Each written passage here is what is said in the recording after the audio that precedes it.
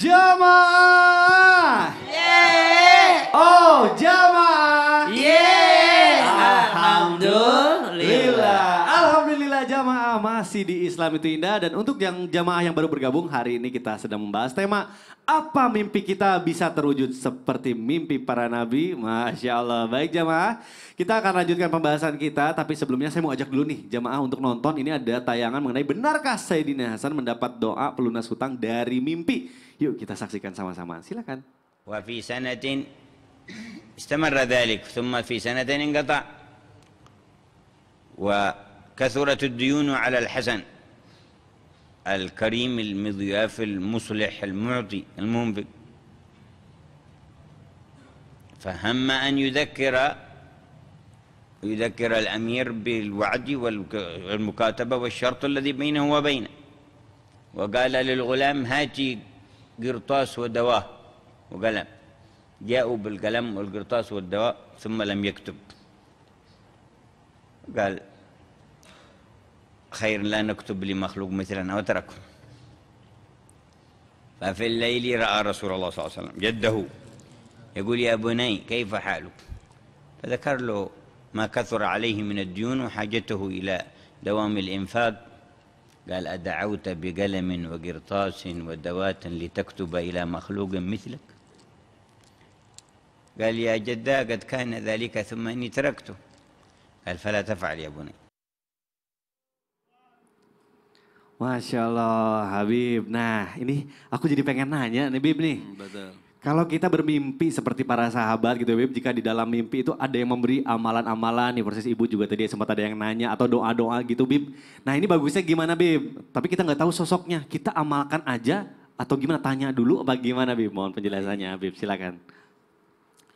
Bismillahirrahmanirrahim. Mimpi, Masya Allah pagi-pagi kita bahas mimpi.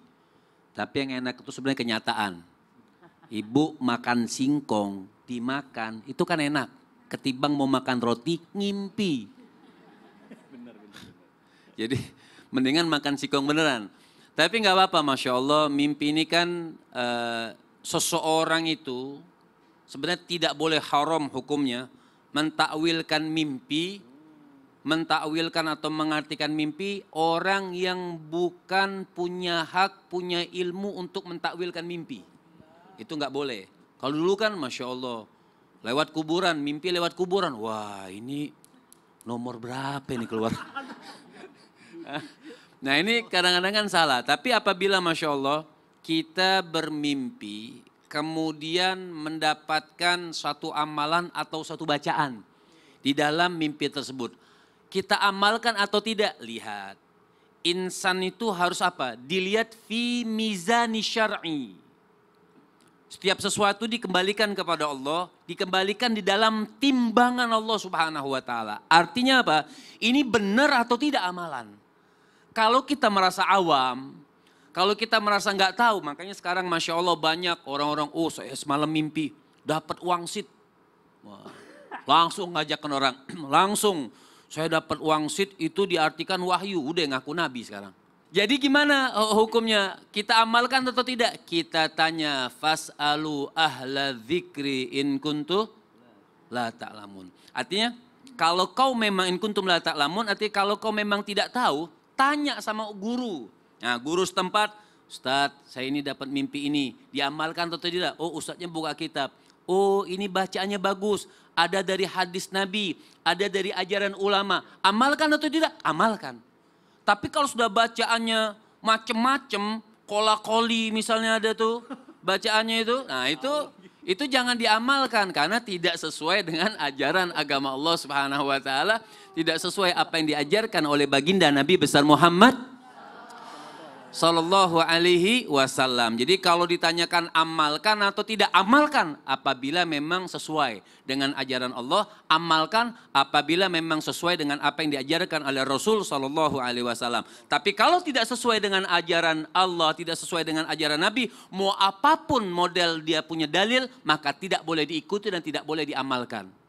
Jadi nggak bisa, jadi semua itu kita harus menjadi sekarang ini Masya Allah. Dan yang anehnya ketika orang dapat mimpi dan amal-amalan yang aneh Masya Allah. Ada aja makmumnya Nah itu dia Bib. Kadang Iya. yang tadi Habib bilang kolakoli juga banyak Bib yang ngangguk-ngangguk. Ya Akhirnya Allah, kan. banyak aja gitu. Makanya kita ini jangan langsung menerima. Betul. Cari, tanya sama guru agama. Nah, Benar atau tidak. Itu supaya kita tahu tuh sesuai atau tidak dengan ajaran agama. Berarti kita harus belajar juga ya Bib. Betul, karena selama ini kan Nabi Sulaiman nggak ngajarin kita bahasa semut. Jadi kita nggak tahu. Betul, baik, terima kasih guruku Habib Muhammad Syah. Boleh tepuk tangan dulu dong Bu. Masya Allah, tabarakallah. Luar biasa pembahasan kita di pagi hari ini nih. Kita bahas mengenai mimpi. Jadi ibu-ibu yang tadi semalam tidur gitu ya punya mimpi apa. Tanyain sama orang yang memang benar-benar punya ilmunya ya. Jangan menafsirkan sendiri. Masya Allah. Baik, kita akan lanjutkan. Nah selanjutnya saya akan kasih kesempatan ibu atau jamaah yang ada di sini untuk bertanya langsung sama guru-guru kita. Tentunya kita masuk dulu ke dalam segmen Tanya Dong Ustadz. Kami semua tanya dong Ustadz. Baik, sekarang saya akan kasih kesempatan yang mau bertanya boleh Ibu angkat tangannya yang tinggi Bu. Angkat Bu, coba Bu. Waduh banyak yang mau bertanya. Tapi yang sebelah kanan kurang cepat. Saya kasih dulu ke yang sebelah kiri. Ibu baik. Silakan Bu, namanya siapa, dari mana? Kenalan dulu Bu. Assalamualaikum. Tanya dong Ustadz. Iya silakan. Saya mau tanya ke Ustadz Maulana. Ustadz Maulana, baik Ustadz Maulana langsung nih. Ibu tahu aja yang duda. Aduh ya Allah, bukan saya ngomong. Silakan Ibu. Silakan Bu. Gini Ustadz, Iya. kalau misalnya kita mimpi gigi kita copot, apakah itu benar tandanya kalau orang terdekat kita itu mau meninggal dunia? Oke. Terus satu lagi, apakah para nabi juga diberi isyarat mimpi kalau Iya. anggota keluarga terdekatnya mau meninggal dunia juga? Oke, siap. Begitu Ustadz. Baik, Terima baik. kasih. Baik Ibu, terima kasih ya. Ibu pas nanya masalah gigi sama Ustadz Maulana. Iya, karena giginya masalah terus. Makan gula terus, silakan Ustadz langsung dijawab. Izin Habib dan Ustaz Sams. Dan benar itu, gigi itu banyak maknanya ya. Mohon izin tanpa menggurui, mimpi itu benar. Karena ada mimpi dari Allah. Untuk menghibur, petunjuk dan sebagainya. Ada mimpi yang menakutkan, yang membuat kita was-was. Itu mimpi dari setan. Dan ada mimpi reaksi tubuh. Maka kalau ditanya mimpi gigi, tunggu dulu. Lihat dulu. Ini siapa yang mimpi dan apa mimpinya? Jamaah. Lepas dari itu, mohon izin. Saya menganjurkan kepada semua jamaah berbaik sangka akan mimpi. Kalau memang yakin itu mimpi buruk, langsung meludah ke kiri. Ternyata istrinya ada di kiri. Waduh, jadi mimpi buruk beneran. Enggak.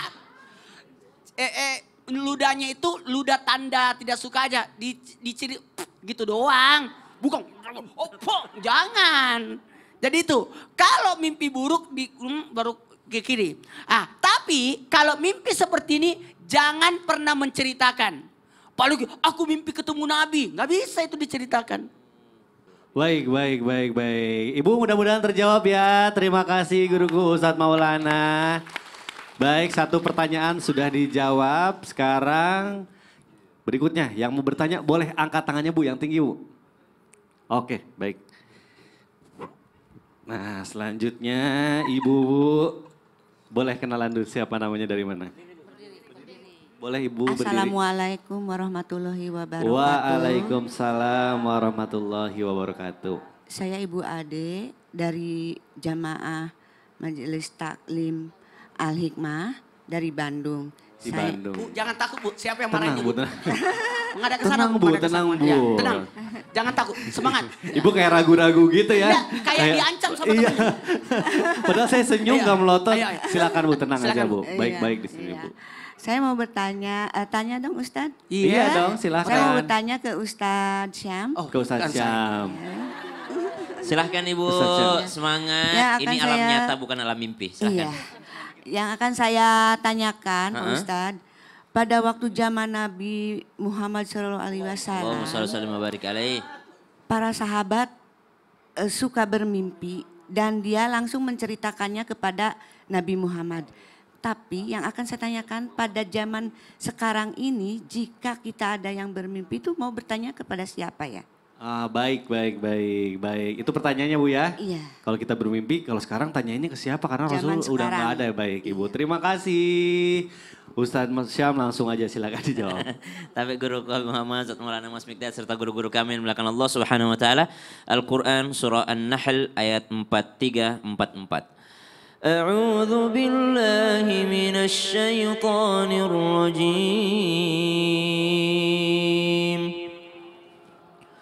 وما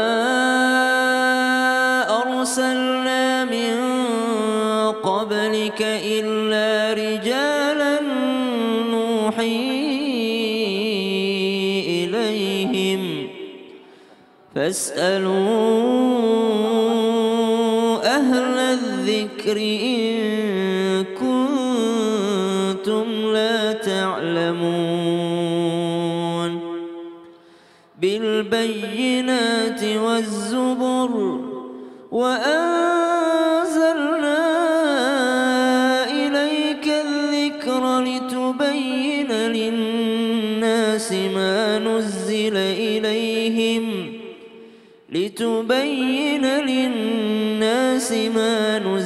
إليهم ولعلهم يتفكرون.